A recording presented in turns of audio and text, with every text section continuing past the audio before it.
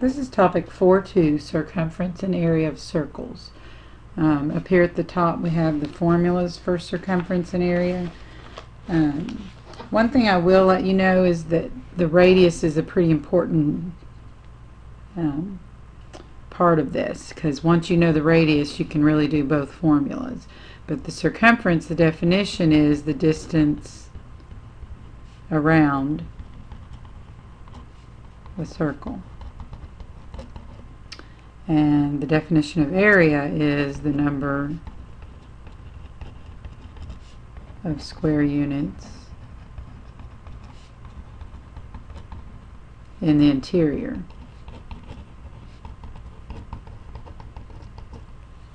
of a circle. Those are the two definitions. Okay, let's find the circumference and the area of a circle with a radius of 6.8. I'm going to go ahead and write the circumference formula, 2 pi r, and the area formula, pi times radius squared. Now, I want you to make a little note here that we're going to leave the answers in terms of pi. So let's write this down. If you're not told to substitute for pi, like 3.14, or if you're not told to do that, then I want you to leave it. And that just means leave it a pi, leave it a symbol.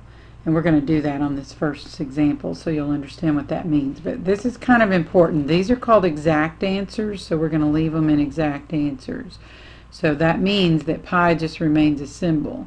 So this first one, we're going to write 2 pi, and then I'm going to show that I'm going to multiply that by 6.8. And 2 times 6.8 is 13.6. So you leave the pi as a symbol. And since it's centimeters, that's the distance, you could label this one centimeters. You'll need to do that. To do the area, you take pi and take your 6.8 and square it. And when you square the 6.8, you get 46.24. Leave the pi, but leave it as a symbol, and let's put it behind the decimal. So this one's 46.24 pi, and since it's area, it's a square unit. This one was 13.6 pi. Okay, let's try the next one. Find the circumference and area of circle T. Now on circle T, it's inscribed inside of a square that has the sides 9. That would mean that the radius here is half of 9. Half of 9 is 4.5. So just like we did up here on example 1, we're going to use the same circumference formula. Actually, this one you could use pi times d. I just like to always remind you that knowing the radius can help you with both formulas. So if you do 2 times pi times 4.5, when you double 4.5 you get 9. Don't forget the pi, so it's 9 pi millimeters. That's your circumference.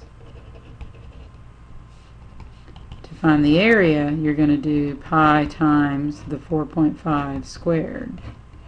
And when you square 4.5 you get 20.25. So leave your pi a symbol, so it's 20.25 pi. And this is millimeters squared because it's area. In example 3, they give you an inscribed triangle, and on this triangle they've only given you the two chord lengths, 30 and 16. So you will need, since you don't know the radius or the diameter, we will need to do since it's a right triangle, we'll have to figure out the hypotenuse. So if you do the Pythagorean Theorem, you're going to have to find the length of LJ. This, when you add 30 squared plus 16 squared, you get 1,156. When you take the square root of that, you get 34. Now 34 is the distance of LJ. LJ is 34. So a radius like PJ, which is the radius, would be half of that, 17. I'm going to write that on here. Your diameter is LJ, so your radius is 17. Let's use the circumference formula pi times diameter since we already have the diameter. So the diameter of this is 34. So 34 pi is how you would write that. 34 pi is the diameter. Now since this doesn't have a unit, like we don't have centimeters or millimeters or anything like that, let's use U for units. So this is whatever, let's write it out until you get used to seeing it as a U. So this is just 34 pi, whatever the units are.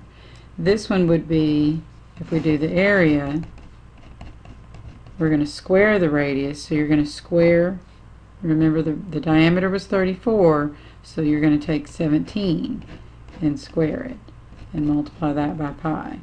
So 17 squared is 289. So 289 times pi, and that would be units squared. I'm going to put U squared. That just means whatever the units are, that's what it would be for area. Alright, example number 4. Find the circumference and area of the circle below. On this one, again, we do not know what the radius is. We only have the side length.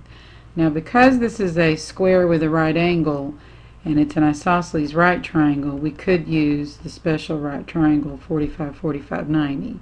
That would mean that 7 would be the same length of this leg, and then multiplying that times the square root of 2 would be the hypotenuse. That's just the 30, 60, 90.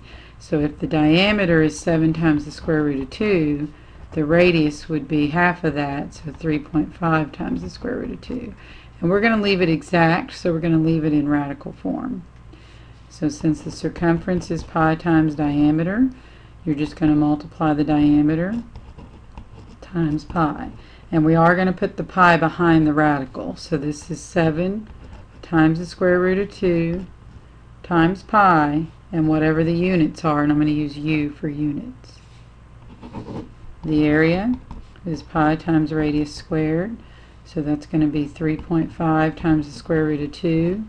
You're going to square that and multiply it times pi. Now we are going to leave this in an exact answer, so when you put this one in the calculator to square it, the way I like to do it is push enter. Let me see if I can show you this.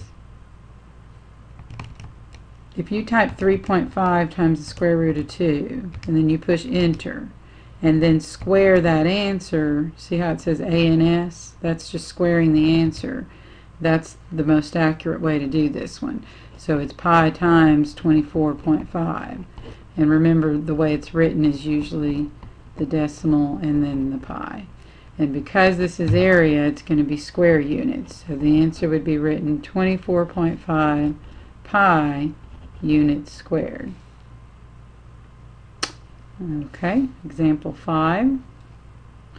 On this one, they want you to find circumference and area. And again, we still do not have the radius or the diameter.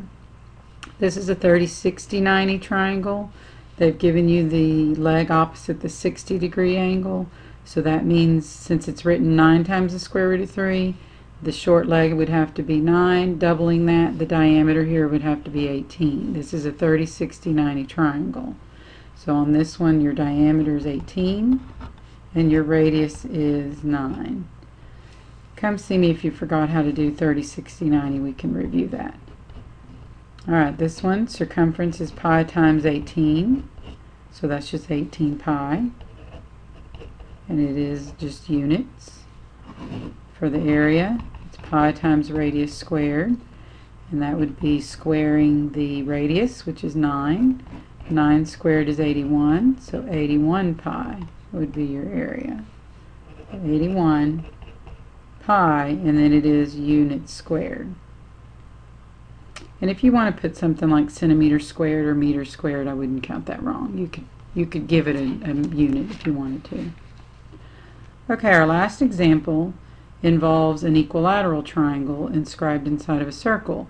This one we can get the radius because in this, with this apothem and this angle right here, since this is a bisector right here, this makes this a 30, 60, 90 triangle.